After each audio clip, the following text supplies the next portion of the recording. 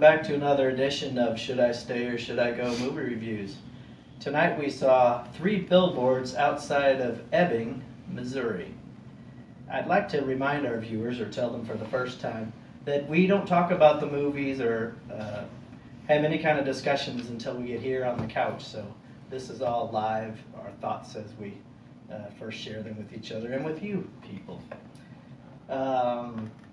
Yeah, the movie, I really wasn't sure what to expect. I kind of picked it out because it was an outlier and not one of the more popular movies, and frankly there really wasn't much to choose from since they don't show great movies really around here often. But I really enjoyed the movie. It caught my attention right away. I thought there were really good performances by Frances McDermott, and Sam Rockwell was really great. Woody Harrelson, I thought, did a good job. It took me through a range of emotions. I laughed a lot. There were some touching scenes as well, and you know, it was enjoyable. And I landed on a 7 for the movie. I thought about an 8, but yeah, somewhere in there. Amy? I too gave it a 7, but and I think that the actors and the actresses did very well, and the story kept my attention, and it didn't hop around, but it did discuss all of the characters, and I liked that. So it wasn't just a focus on one main character, and that was all that it was. But I think they all did a very good job. I think considering the past movies that I've seen that Woody Harrelson has been in, it weren't very good, but this one he did a great job.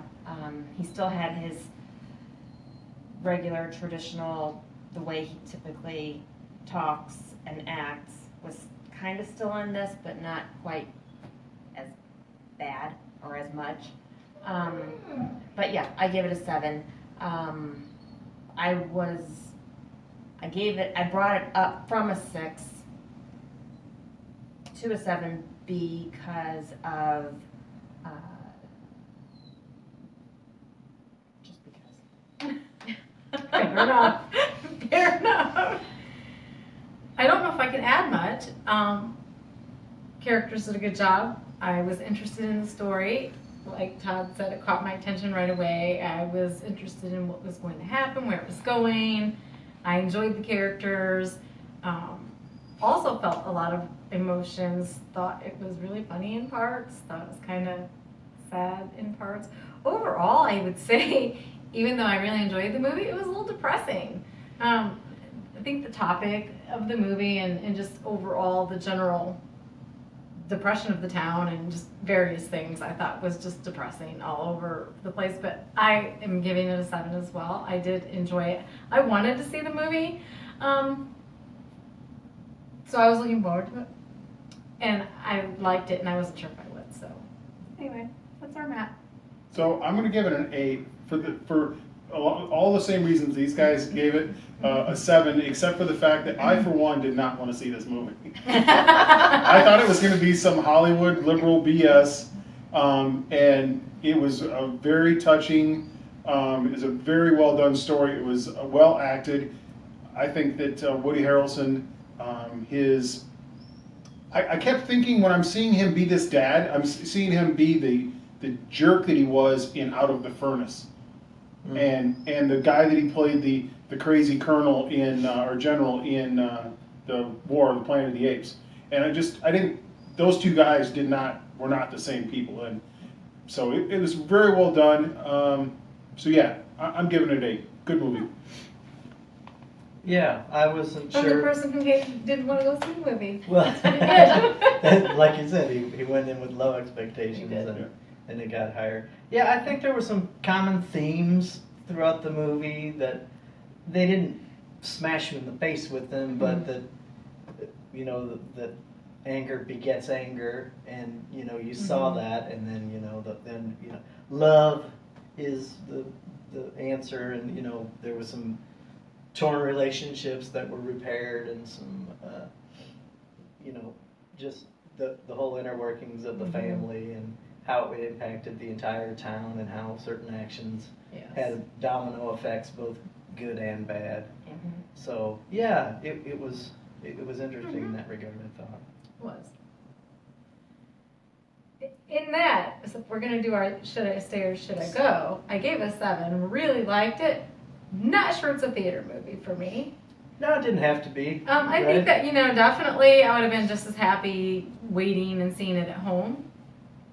But, but it was $5 happily spent going to the theater. Well, and that goes back to kind of what we were complaining about, maybe not Shape of Water, but some of the other films that don't get the releases near us, or you got to travel out of town, is because they don't have the big wow Transformer Michael Bay. Right, and this didn't have that Face either. 3D. Right. It's just a good story, and it should stand on its own that way. And it did, I think. So. That's what I felt like responding to the text or the Facebook message I got from Marcus Wernberg. I'm like, oh, now that it's got 13 Emmy nominations, Shape of Water is okay to be seen in your theater. Yeah. Also, we went to the AMC Starplex in Normal, and that theater really smells Bad. And the seats are all broke down. I was really surprised at how the theater has only been around for maybe 10 years. I think he said 10 or 11 years, and it is just run completely down. Yeah. Half the seats in any of the sections that you wanted to set in, Sharon actually went down and sat clear down by the screen. I did. That whole area is like brand new. They're like new down there. Yeah. But all the seats where people normally sat in like the middle third of this, they're just all like broken down, and there was 2 people working there tonight. One running the register, and the other one kind of walking around and kind of keeping up on things.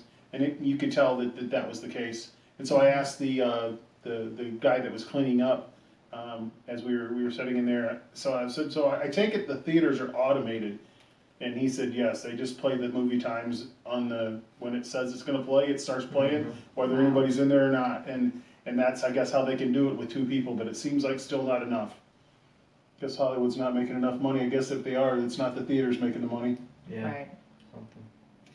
Okay, well, we digress into complaining about the theater. And no spoiler alerts, right? I can edit that out. Unless there's anything else we want to talk about. No, you don't have to. I was just didn't know if we were going to do Yeah. spoilers or whatever. So I'm not- Yes, we'll do spoilers. okay, well then it's What are they? I don't- okay. I did give it a 7, but I would have given it higher had there been like an ending. I didn't like how they were just driving down the road and all of a sudden it just ended. Well, they were in a moral dilemma. Yes. Do we kill somebody just because we know he definitely was a rapist? Or I mean, they don't really know for sure. Then what was that guy doing in that gift shop? Why did he threaten her? They didn't tie it all up because They that didn't. wasn't the important The part. important part was not The that. important part was Wow. the relationships of the people in Yes. that town and how they affected one another, Yeah. and that those 2 at the end in the car True. made amends with one another, Okay. and And then they were going to make a moral decision, and whether or not They were gonna turn back. Is somebody going to be punished for this rape? they were going to turn back. All right. Right? You think? Yeah, I think so. I think they weren't going to murder him. What do you think? Yeah.